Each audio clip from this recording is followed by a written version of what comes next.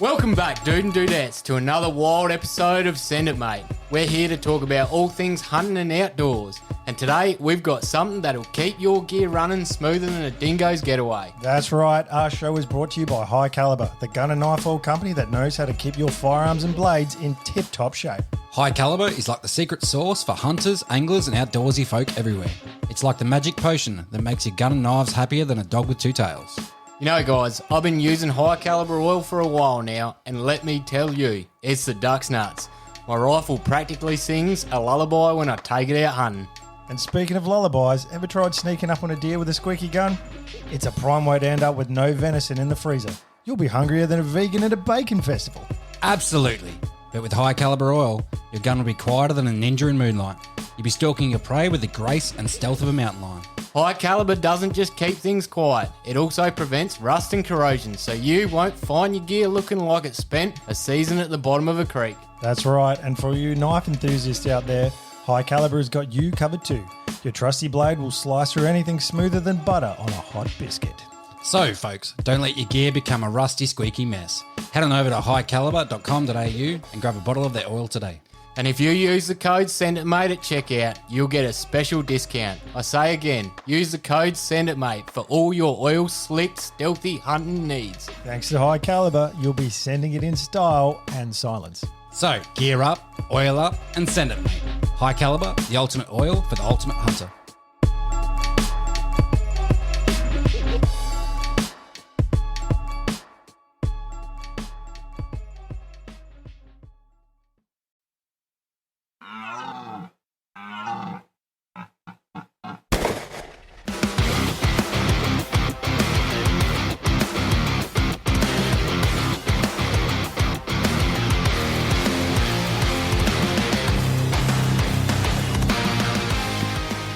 And we're back for another episode of Send It Mate podcast. I'm Caleb. I'm Couchy. I'm Josh. I'm now last. Well, you're not. Or did you put that in just for it? Give us another one, Caleb. Yeah, that one was covered up by the intro music. Josh, this is what we came up with last week for you. Just wait for the intro to finish. Just wait. Don't do it, man. No, we have to. It's disgusting that you do this. I don't do it personally. I'm just on the receiving end of... Of Daddy. Hey, Daddy. But anyway, yes, we're all back together in the same room again. Yes. Believe it or not, we're in the same state for a change. Josh is back. We're actually in like a Motel 6 situation. Jesus. And it feels like a bit of a rendezvous. It does feel odd, eh? Bit of a menage a trois. It feels like some sort of weird, shady deal is going to go down tonight. But in fact, we're going to have some robust discussion on many things. We've got a couple of guests with us, not the studio, in the hotel room. And yeah, it feels slightly weird. But Couchy, it's good to have you in the same room with us. You're down. It's definitely a better the vibe state. being in the same room, for sure. 100%, mate. Yeah. I'm sick of seeing you on a screen. And it's nice to have Josh with us again after missing last week. And, mate, you're a dad now, so how's it all been? Yeah, good. I don't know why everyone like whinges about it, man. It's super easy. Changed a lot, 3 nappies. I was about to say that. You know, I'll get a full night's sleep. I'm good. So 3 nappies in 3 weeks. That's pretty good, mate. Yeah, look, I got lucky. How are you getting away with that? Yeah, how's the missus feel about that? Because I'm a man, mate. See, this is why I adjusted my mic prior to recording. Wasn't doing it before. Oh, my gosh. Well, we're away. It's good to be together, and Josh is busy just fucking things up. But we do Fondling have the shaft. some guests with us tonight, a couple of acquaintances of ours. Are we rolling with the pseudonyms or are we going with actual names? What are we Actual names, because I'm going to slip No, up. no. We have Luke Combs in the house with Yul Brenner. G'day, lads. Welcome, gentlemen. How are you? Very well. Thank you for having us. Thanks for the warm invite. It's kind of a last minute thing, I think, but it's probably threw you under the bus there, Dame. Yeah, well, we do. We have got Tom and Damo who we know, and we're going to have some discussion tonight, which is going to be interesting. A lot of firearms related stuff. I want to pick your brain, Tom, on what it's like to get into shooting as a relatively new shooter. It's something we always like to talk to our guests about, how they got into all things hunting, fishing, outdoors, firearms related. it's a bit of journey people go on, and they end up there through various different means. And then Damo yourself, you've got some a bit of a unique perspective. Won't go there at the moment, eh? Yeah, we'll lead into that. We'll lead into that, but very very knowledgeable. Yeah, we'll get into things. But Josh, have you come with a joke? Because this is your job. No, I came with an intro saying, and it's passed. So Well, so you failed. no, I didn't, because I'll just save it for next week. That's fine. Okay, well, fair enough. But you're heckling at the bit, man. You're good. You've got a joke under your belt. Oh, I've got one. It's not great. It's not amazing, but I've got Oh, one. I'd expect nothing just in less. case you didn't have one. Yeah, you got to be by yourself because I've fair got enough. nothing. So I asked a New Zealand mate recently how many girlfriends he's had, but he fell asleep counting them. Oh, dear. Actually, no, I got one. Oh, come on, bring it. So, yeah, my mum used to beat me as a child with a coat hanger. Oh, don't do that one. I heard that one this week. That's terrible. I can sort of see where this might be going. The coat hanger. That one's brutal. That one's brutal. Go on, finish it. And, yeah, I've forgotten how that finished, actually. Fuck. Finish it for me. No, I'm not going. That one's on you, man. Well, and then when I was born, she used a wooden spoon. That's it. You're cooked. We all knew where it was going. I started that and I'm like, fuck, how does that finish again? Yeah, that's my life. You've done that a few times. I have done that a few times and I'll continue doing them. Exactly right. Well, we're into it. We're in the hotel room. This feels strangely intimate. We're on a table that is about a metre in diameter, not even 800 maybe. Yeah. And it's we got 5 blokes crowded around, so it could be interesting. We've got to find out a bit about these two blokes. So where are you both from? Righto, so I am Sydney born and bred. Been trying to get out of Sydney for a good part of 15 years now. You're not doing a good job, bro. Just get in the car and drive. You need to try harder, Tommy. Well, look, some previous jobs made light of that. So I was doing a lot of FIFO work for a previous role, so I was away for a good part of 30 weeks a year, so I didn't have to deal with Sydney that much, which was pretty good. And then got shacked up with the missus, and yeah, it's been very hard to leave since. So did have the opportunity to move to Adelaide at one point, was very close to, but yeah, was caught up by the missus. But all for the better, of course, as we are very, strong and mighty when they're not here. But since that time, been staying in Sydney and haven't moved much further. Jobs keeping me in Sydney, but keeping me mobile as well, which is obviously somewhat of a blessing in disguise. So, do you live in the CBD? Yeah, we'll say that. So you got some Ritz going on, man. This is a word you discovered this week, Josh. Buzzword.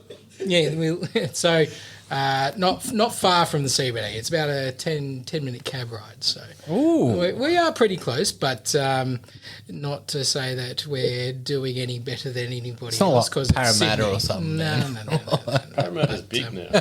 Parramatta's Yeah, the that's place the new to be. hub. Really? Yeah, it's the new hub, mate. So it's the new CBD. Okay. Sydney. But no, we're doing all right, and but that's my All right. sort of intro. Because the only real sort of experience I've had with Sydney is Singleton, Newcastle, Yeah, so- and then So not the Sydney. Golden And not Mile. Sydney. Then the Golden Mile. Right. So what's your worst experience on the old strip, mate? Oh, at the cross. Okay. So, talking about King's Cross to clarify. Yeah.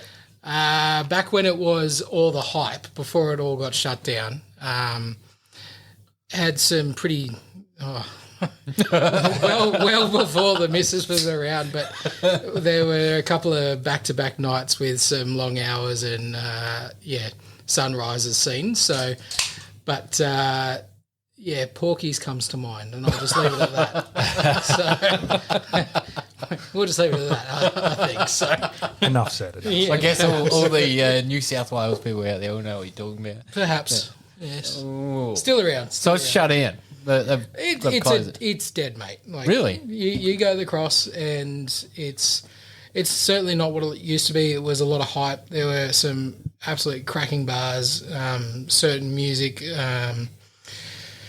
Yes, certain music establishments for, I guess, deep house and trance sort of stuff was all the rage through there, and they Lots of gentlemen's clubs.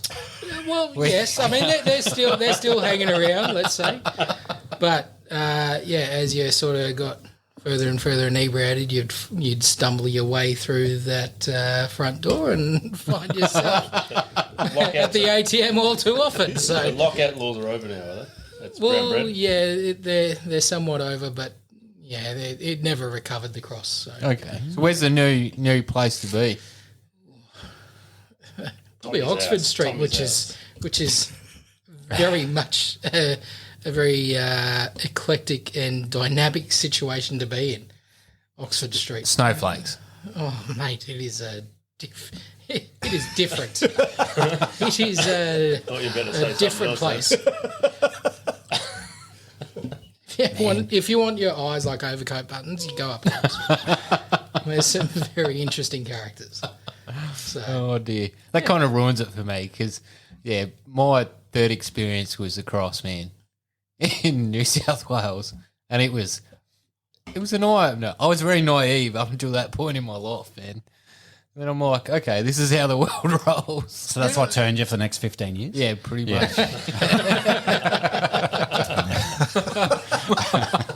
Just turned into a feed. Interesting. Well, I mean, to be honest, my previous role actually kept me more in Adelaide. So Adelaide was more of my nighttime scene by the end of Really? it. Anyway. Yeah, absolutely. Well, where's your place to be in Adelaide? Let's just say North Terrace along those lines. Terrace. Somewhere. There's a few options. Might be a few options up that way. So another street over. a couple streets. Yeah. Couple streets. All right, well, we'll come back to you, Tom, because I'm pretty interested to see how someone who's basically in the CBD of Sydney has the outdoor pursuits that you're interested, like your fishing, gun. your full drive. Has a gun. In Sydney. Maybe we'll give it a bit more context than that. No, but- just say it how it is, man.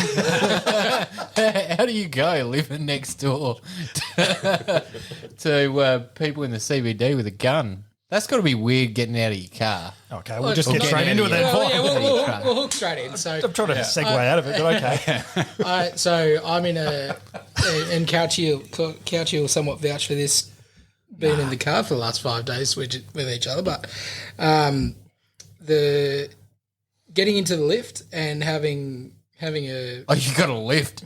I'm in an apartment block. So Oh, right. yeah. So we're not even talking houses. Or So you're anything like high society. You on like the that. penthouse. We're in some high density living right now.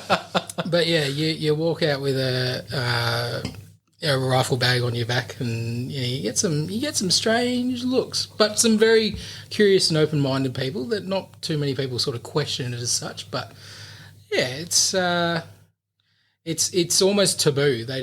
They just sort of shy away from it if anybody does sort of. Do you think like, they just realise. don't know what's in the case? They either don't know or just won't ask the It's a nice question, good so time, yeah. they'll just plead ignorance, Yeah. so to speak, without saying anything, and just You're not the ignore only fact. shooter in your building? Wouldn't have a clue. I'm not going to shoot up the building. I didn't mean it like that. Some better terminology. Yeah. Maybe some better wording will help that sort of line of questioning, perhaps. I might have a knock on the door soon. No, Luke Combs, they're going to like raid some place in Texas, bro. No, but I mean, the more you ask questions, the more people will obviously open up, and I know factually that there's other gun owners in the building, and it's all too common at the end of the day. So it's not that bad. It's just more taboo. It's a lot of cultural divide as well. So there's a lot of different ethnicities in my particular area, and it's certainly not a common thing for them. So they're not going to necessarily even know what I might be carrying up and down the lifts. Except the Middle Easterns, don't they? Maybe. They usually open carry where they come from. Yeah. You can tell when they're coming into the building because they're like, hello. In like celebration to a party or something. Yeah, it happens. Fatherhood's changed you, mate. Fatherhood's changed you. What the heck is going on with you? You just bottled up a heap of it. No, this is like the 3 beers I've had in, 3 weeks? In like the space of a few hours. It's catching up real quick. Well, actually, speaking of Luke Combs, when he toured here, so when he was in Adelaide recently. Sorry, when you toured here? When you toured here recently. Yes. You asked a mate of ours to go out hunting, and he actually had the gig to take him out hunting down the southeast of Adelaide, and at the last minute the pin got pulled, but he ended up getting like VIP tickets to the show anyway. Amazing. As a thank you, even though he didn't end up taking him hunting. His brother didn't like him actually that night because he's never even heard of Luke Combs before that night. Deary me. Really? Yes, yeah. That was a fast car to be driving away in. And his brother had Well tickets to Melbourne, actually, to the Melbourne show. Couldn't go. Oh, didn't know that. Yeah. So, not that I'm sure everyone can guess who we're talking about. Well, not necessarily. Well, the close group will, but Yeah, the close group room. But anyway, that would have been a pretty good gig to take Luke Combs out, but didn't happen. Yeah. Anyway, let's talk to the other member of the party at the table. Damo, where are you actually from, mate? Mate, I'm also a New South Welshman Oh, back in the day. I like it. I like how you diverted that. How long back in the day? Back in the day. How long? I think 2012 I got sent on a secondment to the Wild West, and 6 months secondment for something work related, and managed to stay there. So found a wife, bought up, and relocated over there. So yeah, firmly rooted now in the Wild West. the Wild West is firmly rooted. I'll tell you that. literally family rooted at the moment, especially if you're in the firearms.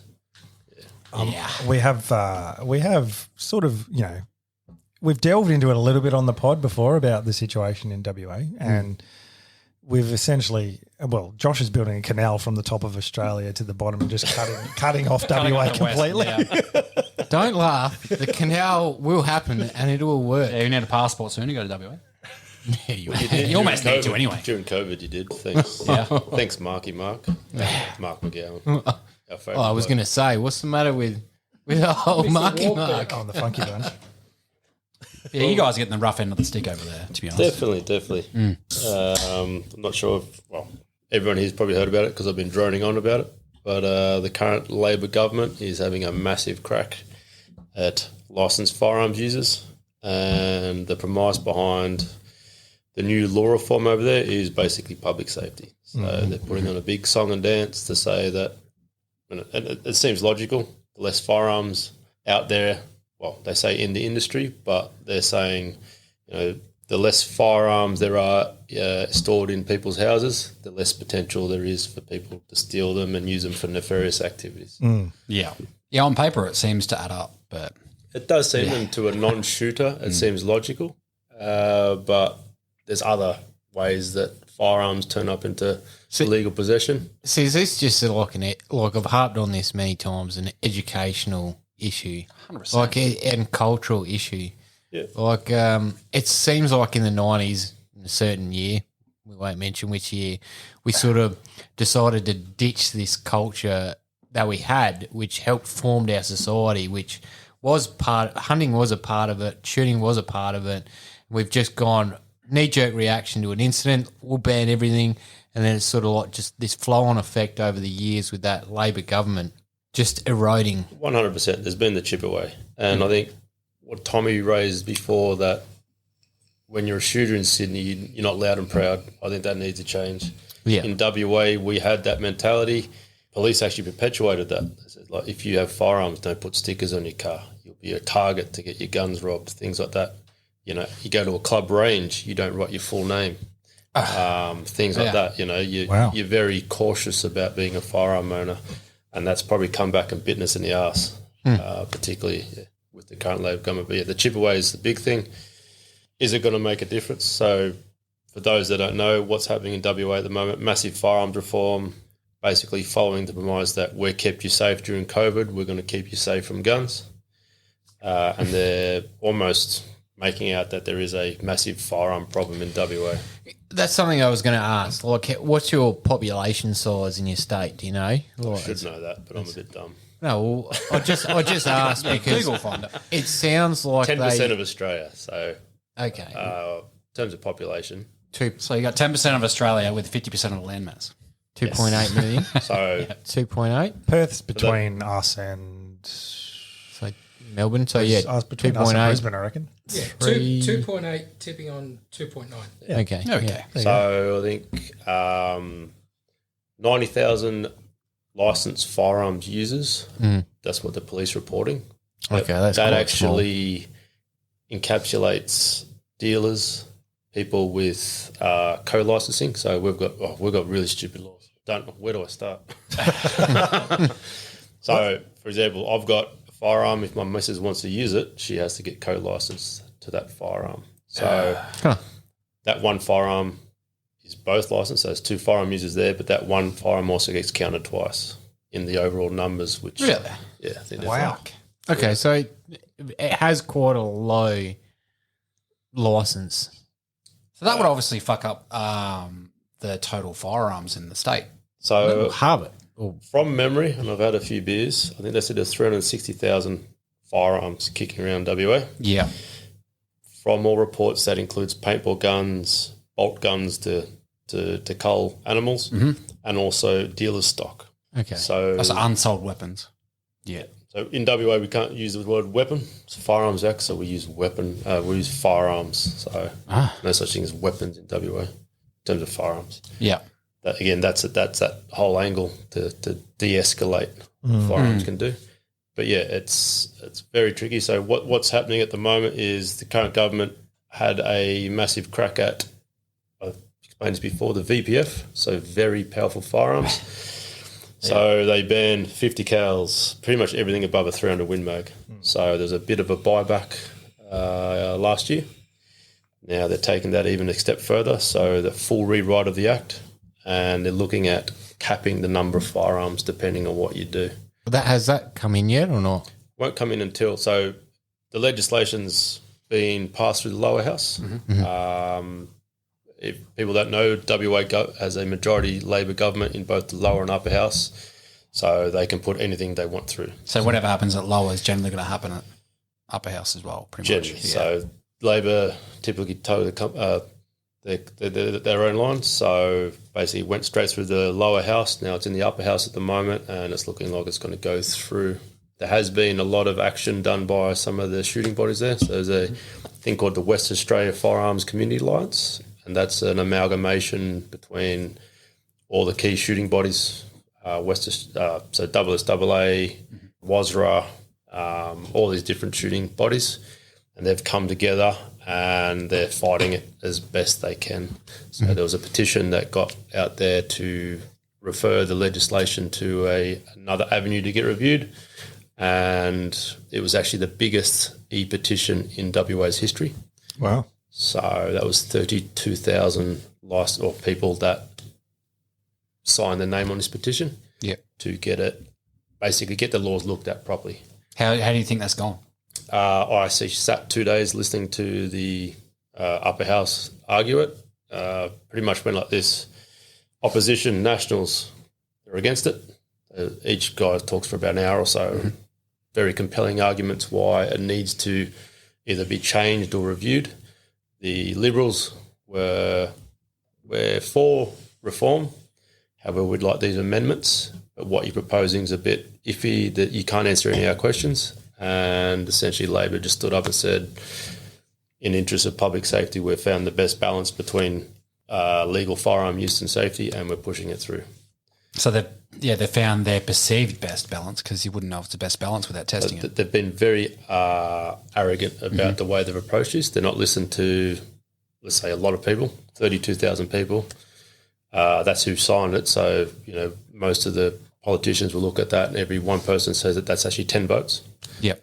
So there's a lot of people out there against it, not necessarily against reform, but in its current form, it is not a workable system. And we could speak for days about this 400 clause document with hundreds of pages of explanatory notes. But yeah, main things are number of limits, mental health checks for all firearm users.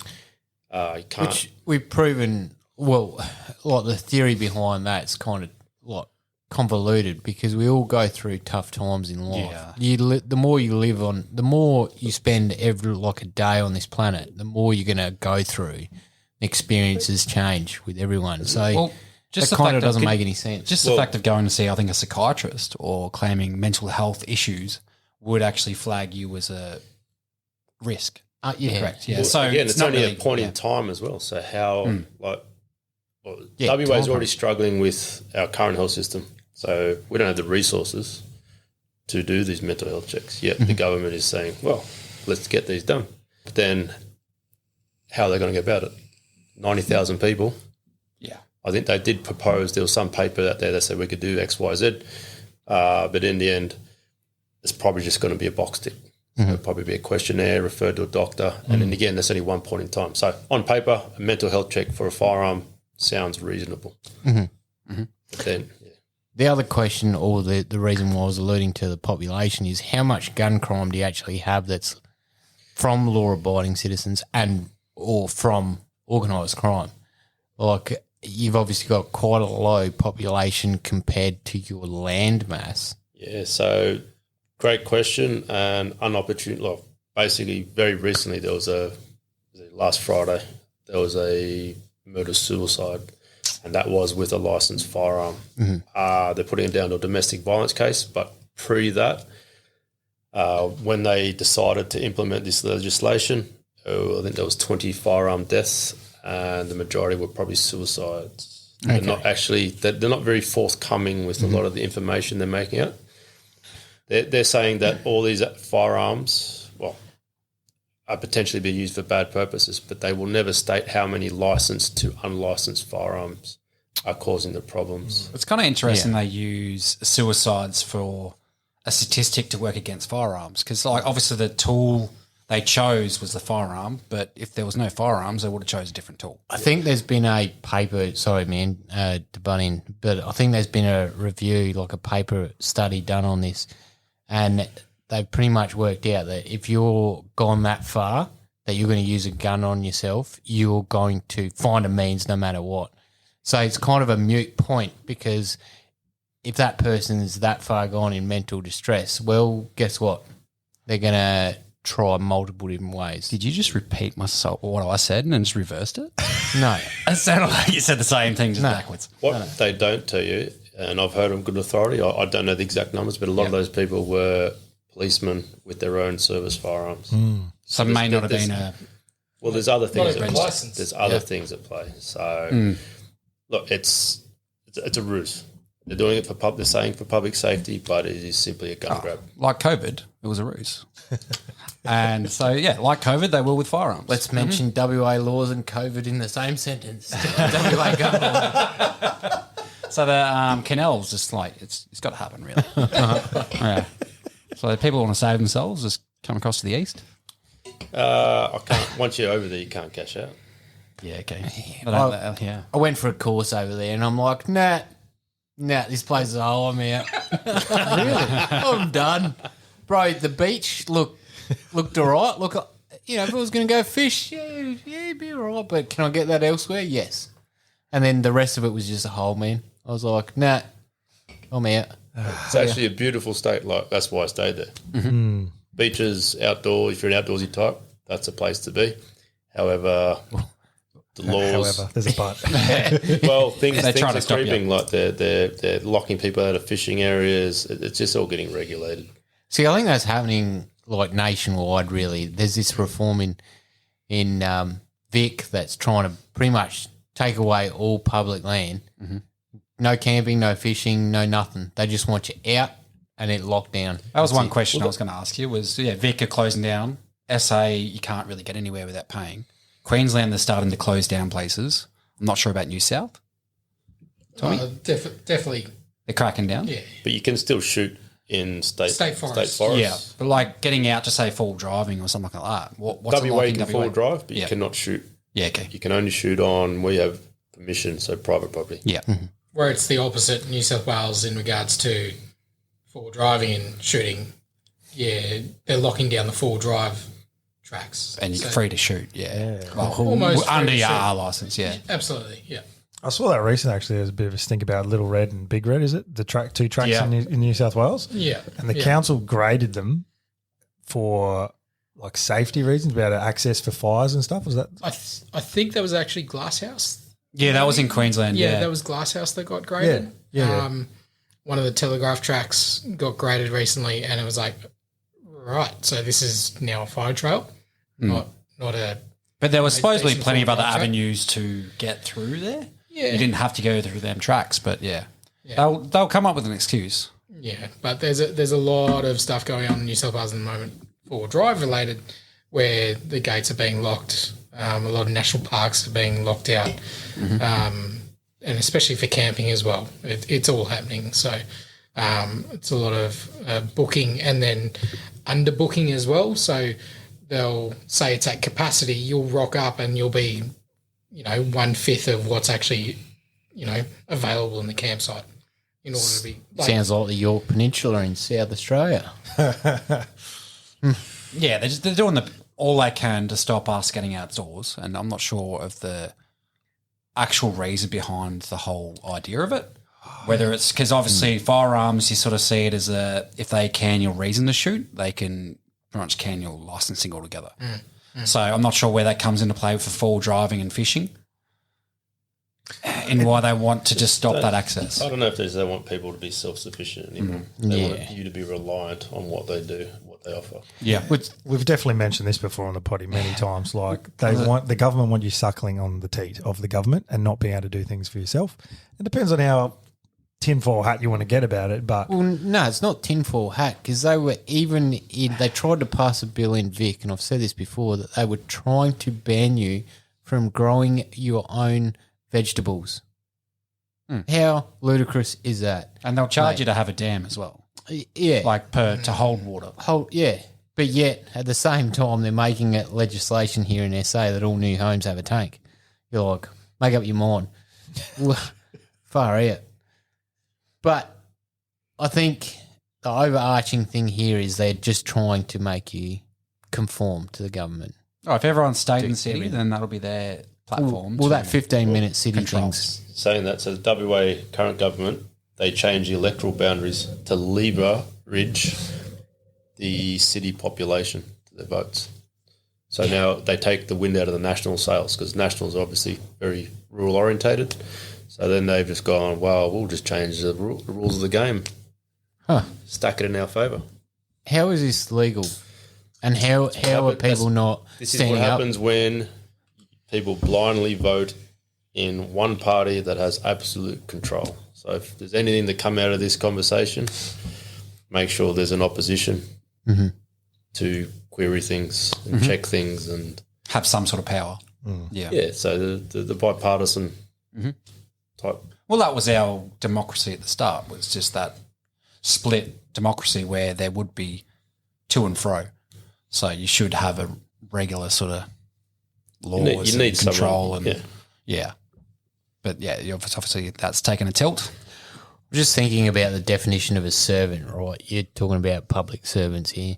So a servant's just cared for under your own house. So, yeah, okay, their living quarters is taken care of, their food's taken care of. But after that, they get a few clothes, some sandals to wear, etc., etc.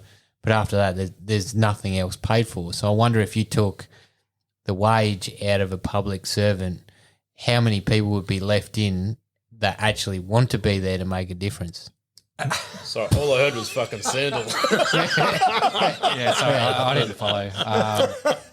Look, think about the definition of a servant, right? So, it's a deeper level of enlightenment you've reached as a father. Yeah. if I owned you, right? Yeah, if you How own me. many sandals does he get? Yeah, just one pair. One pair. You seen Frodo's feet down here, mate? Oh, those things were made for walking. Okay, so explain But it. think about it, like the old definition of a servant. Okay, you're born a human, essentially, Okay. right? Slave. So I'm a slave, not a servant. slave, a servant. The same thing, exactly the same thing, right? So I would be responsible if I owned you for your clothes, your food, and just giving you My a bed quality to of sleep, living. right? Yeah, That's general it. general That's well-being. it, If right? you're a nice master, yeah. So yeah, exactly. I'm not calling master. And look, most people are going to Call be daddy. probably going to be a nice master, like most. Just taking his sandals away from him. He didn't get a sandal this time. We can't run away. Do I get got the no one? sandals. Yeah. Did I find the sandal or was I given a sandal? No, lose one. but think about it. He's going to serve me, and how I treat him is how good he's going to treat me in his servitude. Okay. So how Servitude. Is that a new word for you as So well? imagine if we took away their ridiculous wage and said, okay, the state or the federal government will pay for your housing, will pay for your basic food, your basic power, and some basic clothes. That's it. That's all you're getting from us. We're going to lower your wage right down to rock bottom. How many people would be left in the job serving us?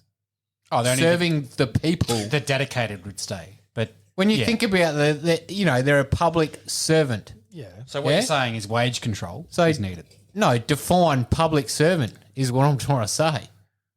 They're employed by the government. Are you saying if we pay them more, they'll Less. get better output? Less. Just okay. Because Oh, you're you're saying talking that about politicians. the politicians Yes. work for Okay. us, they don't work for themselves. Yes. Technically. Yes. Got you. They're working for themselves. You know, Picking up what you're putting down. yeah. Yeah, it took it 20 minutes, but we got there. No, that was pretty easy in my head because I worked for like 42 grand and gave 24 hours a day of my life for nothing. And essentially I was a public servant, didn't care, but I wanted to be there. So I was there and did my job. Where? The army, you clown. You were there as well. We got paid okay, not great, but it was No, we were paid There was horrendously. there's man. definitely a That's lot different. worse. Breaking out it there. down, it was $5.60 an hour. That was a personal choice. You going there? Yes, that's what I mean. But I still did what I was supposed to do. So what if we did that with our politicians? Reduce their wage because it seems like a lot of needs them to be- get in, yeah. they serve a term, Then none of them would or do a it. year, and then they are on a pension and they're good. That's the classic conundrum. So they get in there, they do what they can to get in, Yeah. and then once they're in, Cush. They're set for life. Yeah. for life. And then at the moment, like the current Labor government WA don't want to keep going back to it, but there's guys there trying to set themselves up for, hey, I've saved powers. WA. Yeah. But not accountable for like, okay, the guy who's currently pushing for the firearms reform in WA, his promise was to increase the police force by X amount during his term. And it has gone negative. Ouch! Bit of a call out. So he's made all these promises and the police force is contracted. That's the biggest as thing we speak. don't do is hold politicians accountable for when they That's don't a good- perform. Yeah. Because we forget too quickly. So people have forgotten what COVID was like. So we're too Who's easy COVID? to agree. And we sort of forget how it has been and how much they have controlled us and how quickly we laid down and given up to them. So I think COVID should have woken the public up, but as it always is, it's within a 5-year increment that we'll just forget stuff. There's people in WA that still think what the government did over there. It's crazy. Say that. But now, has anyone heard of COVID in the last week? Nah. And yet, when you actually look up how many active cases there are at the It's moment, well, it's yeah. insane compared to what we were being I locked don't think down. they report it in WA anymore. Yeah. Thanks, McGowan. It's insane. I reckon I looked maybe a month or so ago, and there was like 900 something cases in South Australia at the time, and we were being locked down for like 8 cases back in the day. Hey. Like it's insane. Hey, look, bro, I still remember a time when there was a Ryan. people wore sandals. Ryan on, I was waiting for and my it. dad wears sandals, man. When we had a Ryan on the podcast and I was telling you it's a con and you were like, oh no. I still remember that. It's still on the podcast. And look at us now. I think at the time I was like on the fence a bit. I think you were cautious, but you've been cautious your whole life. Yeah, I never jump into stuff. Nah, except pussy. Fucking shots fired. Crikey. Yeah. We missed you, Josh. We missed you last week. Welcome back. Last episode. Yeah. Just decide to like just be on tonight or what? We've gotten the old Josh back, I think. This is what the old Josh is like. Yeah, this is the old Josh. Yeah. I like We've missed this. you. You've got a bit of Zush in your step. He's never changed, mate. You're just brutal. That's what it is. Cheers. Well, on that note, bloody hell. I reckon we'll spin this back to an actual topic. I've got a piss. Back into Yeah, well, you do that. You go. There's enough carry of on. us. There's here, enough mate. of us on the table. You can climb over the bed and do whatever you need to do. So let's talk about sandals. So what type of sandals do you guys actually wear? No, tell me ones. So I wanted to get into obviously Tom, how you got into shooting and hunting and into the firearm sports. So like being a Sydney goer, how many people around you influenced you to get into it? Or maybe even one step further than that, Let's like go. because you're in like the city, like Yeah. anything outdoors wise. How's that sort of evolved for you over the years? Like, did it start as a kid? True. Yeah. Like, how's that happened? So, I guess growing up, I was.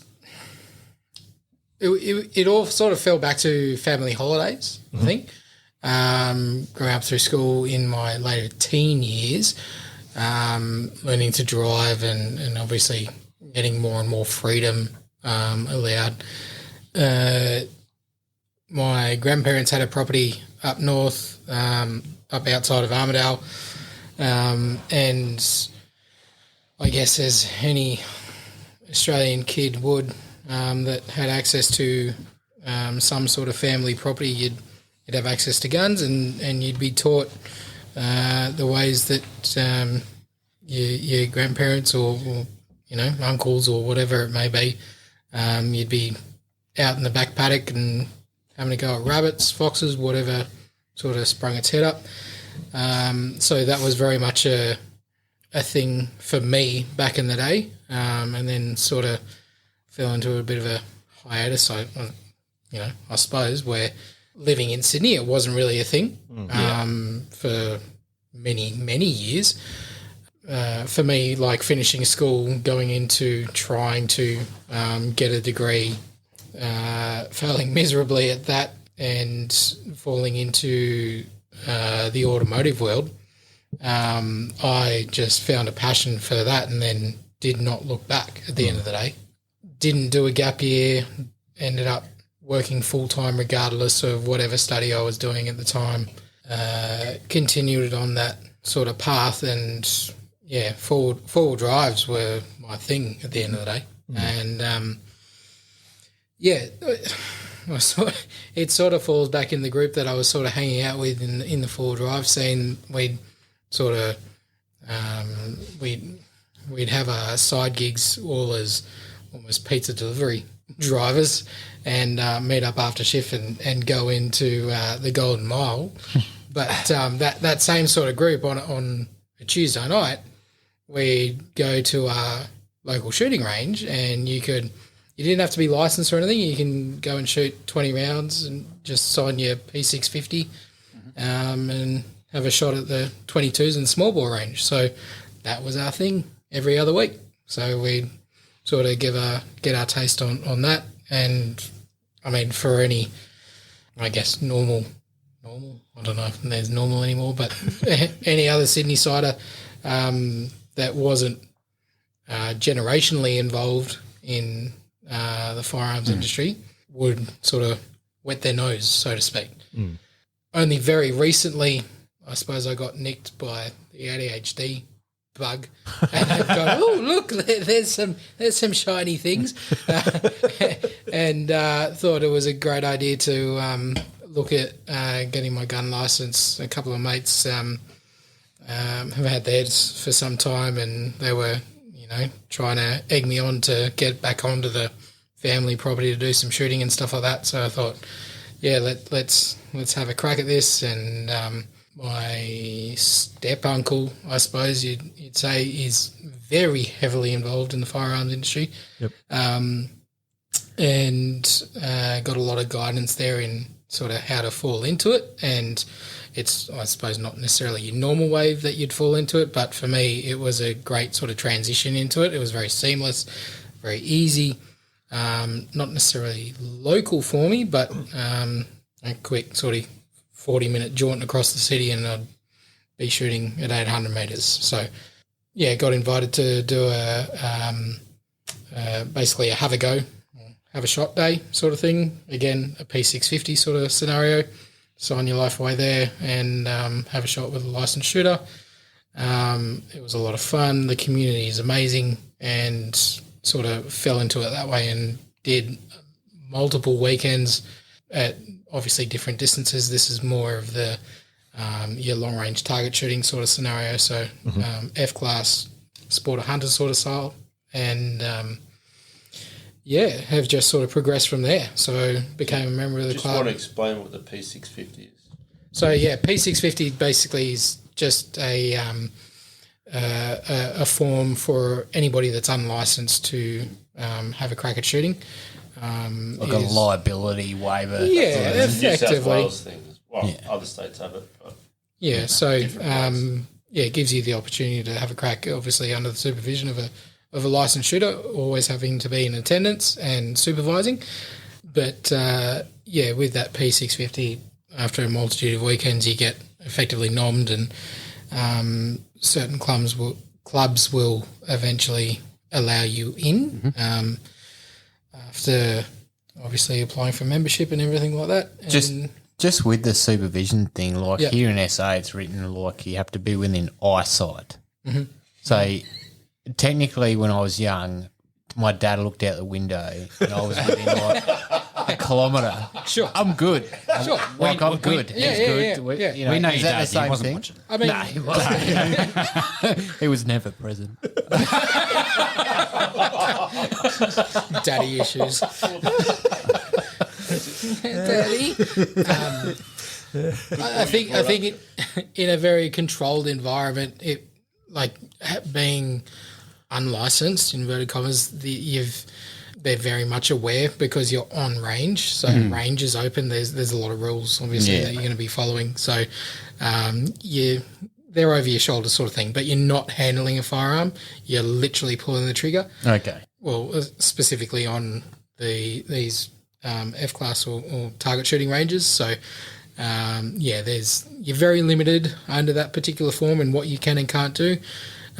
Basically, you're clearing the weapon and then they are handling it from that prone position back to the shooting line. Does this club still do have a shoot days? Yeah, absolutely. With those forms? With those Like, forms, still a thing? Okay. Yeah.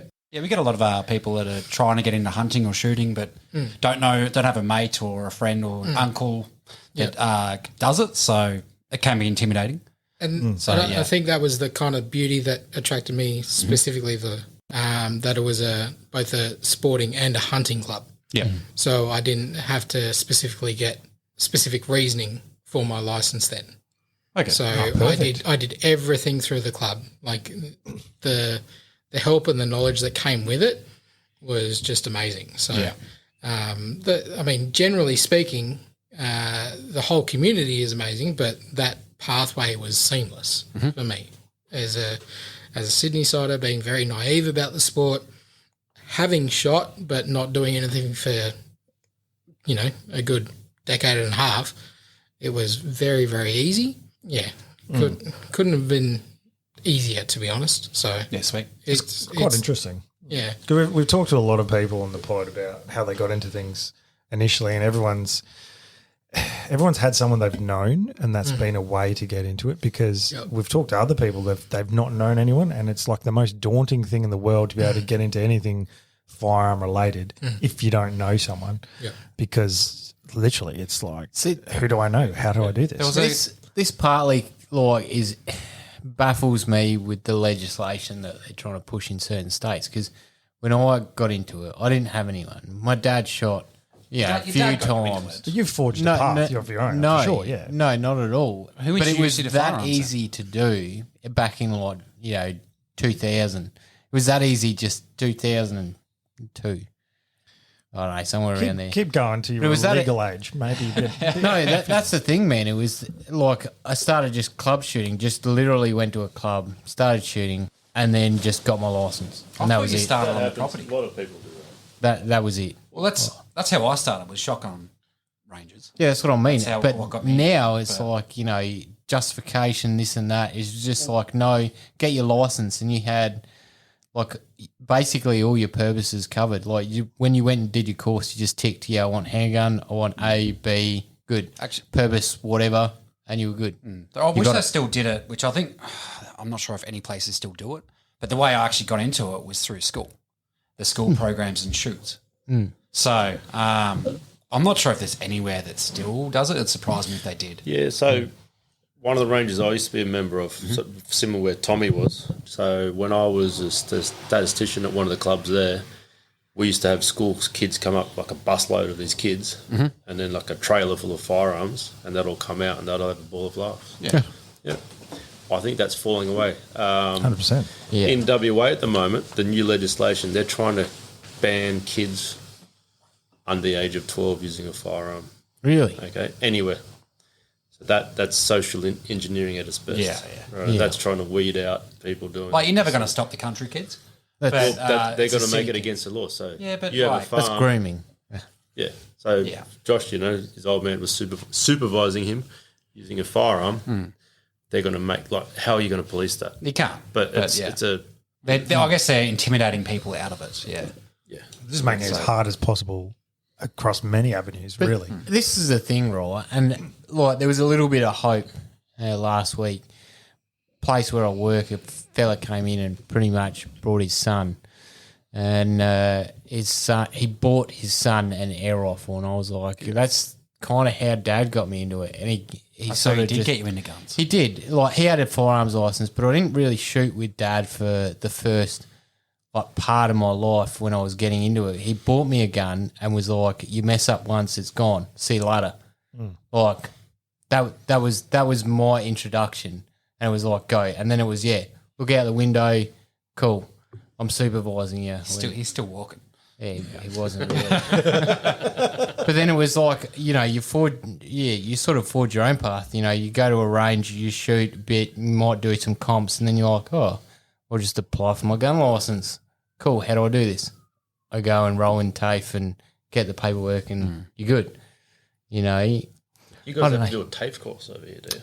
Yeah, Yes. yep. Yeah, it's same in Vic as well. There's like a day TAFE course. That's one thing they're harping on in WA because it's a multiple choice question there to do, yeah.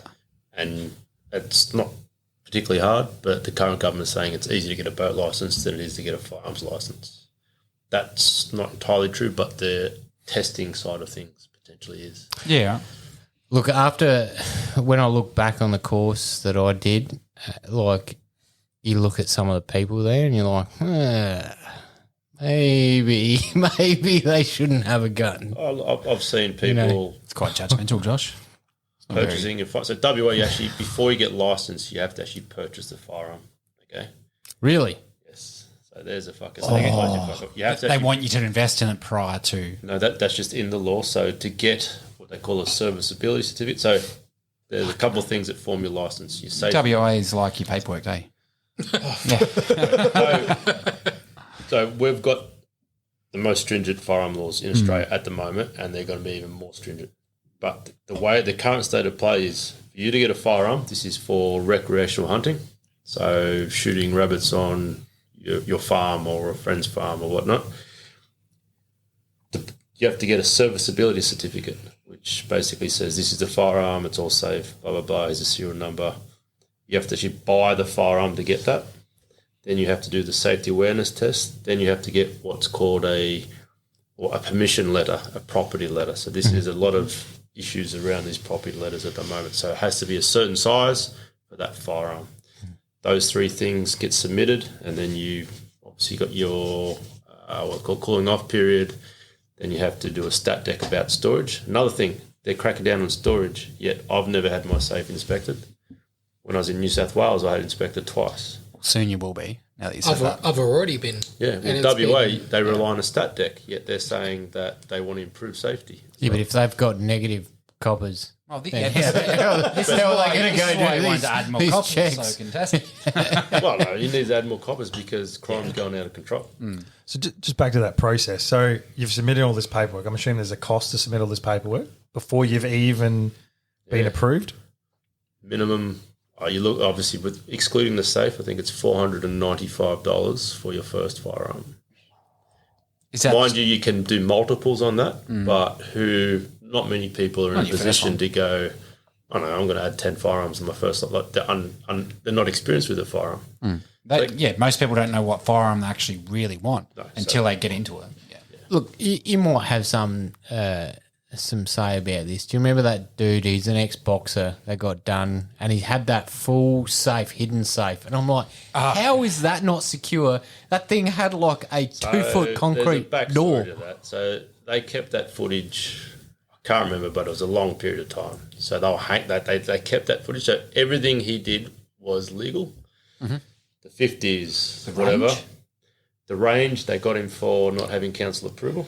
Yeah, okay. But then they also stung him because I think he had a suppressor and also a piece of body armor, which is illegal. So they're the no-nos. Yeah.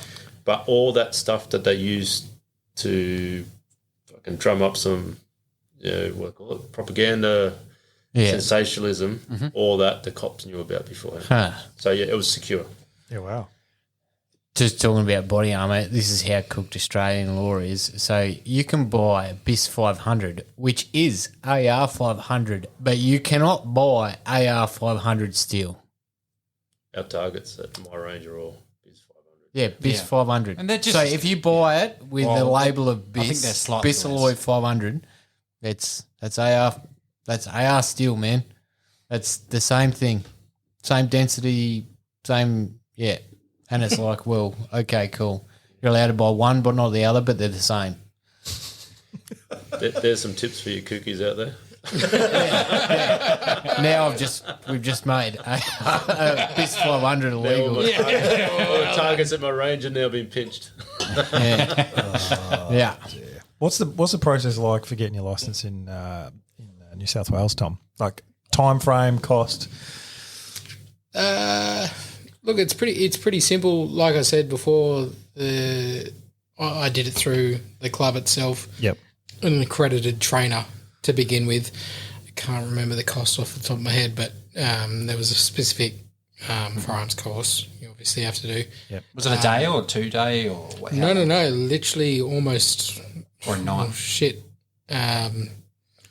Within sort of 3 hours, Yeah. I had finished the course and the test for it.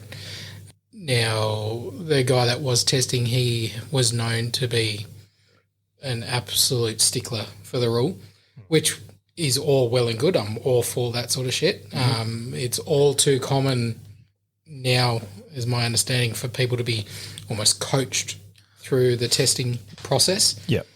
So how to, hand over a firearm through a fence, all that sort of shit. How to carry a firearm in a car. That was on my mind, man, because I'm like, man, this year alone, What the was amount on of your mind? times We're going to I've actually gone say across the that Damo fence by myself. tended Yeah, through yeah. it over the fence, yeah. Yeah. Yeah, I've just got to... Yeah, We're talking sorry. about it, but no one actually knows. Yeah. Don't test me now. Good point. But no, like, you know how you put the firearm down, then jump the fence, and then you reach through and grab it. That's all well and good. But I come across some like chain link, whatever it is, Foursquare or whatever. And my scope and rifle wouldn't fit through through the thing, and I'm like, well, there's only one way to do this: either pivot my gun or hop over with the gun in my hands, and then I'm breaking some ethical dilemma. I guess any normal-sized human being could have just reached over and placed it, but Yeah. someone being vertically challenged struggles with that. It was only 3-foot fence too. Common It sense, was. isn't it? Don't have everything in the barrel. Yeah, that's it. Yeah, but I remember Common thinking sense. about that, doing it. Like, I'm like, because that's a question we get here on our multiple choice, and you're like, I literally think of the fence every time, the test every time I cross a fence with the fire. it's like the only part you remember. It's not the point where you don't point it at people. It's like, don't cross the fence with a gun. And you'd get pre-warned as well. Like this is the question that everybody gets hung up on, and it's like, well, okay, cool, but yeah, common sense. I mean, Obviously. we say there's a TAFE course in SA, but it's a similar sort of thing. Like it's a few hours, and then there's a practical component as well. You got. mean, I think really? It's a day. Yeah, It's what's a day. There's a practical component. Unless it's changed in the many years since I did mine, like it's a 25 metre range, and you have to put, I can't remember, was it 20 or 10 rounds inside a circle? Like it's a piece of piss. Like No, it's Actually, actually practical training, firing. isn't you're shooting 22 and shotgun. So the 22 is a 250 mil circle. You got to shoot in like 10 shots. yeah, And then That's pretty easy. 12 Oh, I gauge forgot- is 4 out of 5. I forgot there was a shotgun component to it. Yeah. That's how Yeah. mine's been. Yeah, we are. Well, What's the accuracy? For your AB. it's like a 200 mil circle, and I don't really think you need to get it in a 20, certain group. 25 metres. No, it's got to be within the black ring. Offhand So you or know, any prone. position? Prone, but you are using Prone. 22s that have been beaten the shit out of, like the most inaccurate. It's old things. club guns, yeah. See, I've got my license in Victoria before. I had it in SA, and I had to redo it in Queensland. So Victoria, it was my junior in Vic, and that was only a 3-hour course, and you get your license. SA, when I did it, it was a 2-day course. Did a theory in one day, and then a practical in the next. Mine was the The same. practical was it wasn't a full day. It was half a day. You were done with lunch. But it was my whole weekend up for this course. Yeah, mine was all done in a day, I swear. Yeah. Well, I don't know. Anyway, And yeah, that was 22 at whatever and a shotgun. And it wasn't really a marksmanship thing. It was just more of an ease of use, and you can if are you you a use it complete safely. blood or Yeah. not? And then Queensland was half day theory, half day practical. And that was the same thing, but 3 rounds within a 200 mil circle. 25. At 25. It wasn't. It's just I guess to show that you can use the rifle in a safe manner. Yeah, exactly. So yeah, you don't expect to be a sniper or anything out of it, but yeah, Sounds like New South Wales is the least or the Sounds like most lax. Which is weird because you Well, think Vic would be. Because Vic could just like do it. Like you guys, you can't have youth 22s because the overall length is too small. But yet, Vic, you can pop a fucking 9 in. Wow. Jeez. there you go. Put a 9 in your pants and walk down the street. Let's just agree that do you every have? state, every Sugar. state territory is different. It's so fucking hard to navigate. I'd like to see what NT does for theirs because Vic and New South sound pretty much the same. I had my NT license. Did you get it over there? Like, yeah, you did. I just, What did you do? I just That was a transferred. cereal- that was a I cereal just packet, that one. transferred it. Yeah, it was like literally like Pay the copper $20. like and- fill the paperwork out and When I here's did my your New license. South Wales one, it was literally fill the paperwork out at the cop shop. yeah. How old are you? Oh, damn it. Yeah, it was muzzle loaders only. Guns everywhere. Yeah, I get it because like Darwin was like that. It was like cowboy when I went to Darwin. It was like, oh, you've got a license in another state. Cool, here you go. See ya. Well, I think WA is the only place that doesn't recognise anyone else's licence. Which that's just ridiculous because they're trying to push this You national firearm. come over, you have to do a permit. Get a permit to shoot. Is that That's a temporary permit. what's involved in that permit? Talk to Waypole. Never had to do it because I'm licensed over Yeah. there. Yeah, native. We've had some shooters come over there for competitions, and we just tee them up, and they were actually very helpful. So in firearms branch, so not all, Okay. the police are actually doing their job too good, but it's the politicians that are pushing their own agenda. That's So this is like a 5-minute form to fill out to just qualify for it. I think Or they is just it- want details, what the Yeah. firearms are, how much ammunition you're trucking over the border, things like that. Okay, so you just want transparency of it. Yeah, and what you're doing. So here's a competition, here's an invite to the competition, so you are legit. You're not just coming around there. Okay, so that's just their way of just controlling what guns come over the border, where they're going, and how they're getting out, kind of thing. I believe Pretty so. much, yeah. But it's I came over here, just jumped on a plane, showed my license. Yeah. Hey everyone, thanks for listening to part 1 of this episode. Tune in next week for part 2. Catch ya. Yeah. G'day, dude and dudettes. Josh here. Do you find it hard to keep your long, hard barrels free from gun STDs? Maybe you need a clean out of your bore. If this is you, jump on over to highcaliber.com.au and use the promo code SENDITMATE to receive a 10% discount on all your gun cleaning needs. And remember, it's sexy to support Australian-made products. Everyone here at Send It Mate uses High Caliber, and we can promise you that it'll keep your firearms free from those pesky gun STDs.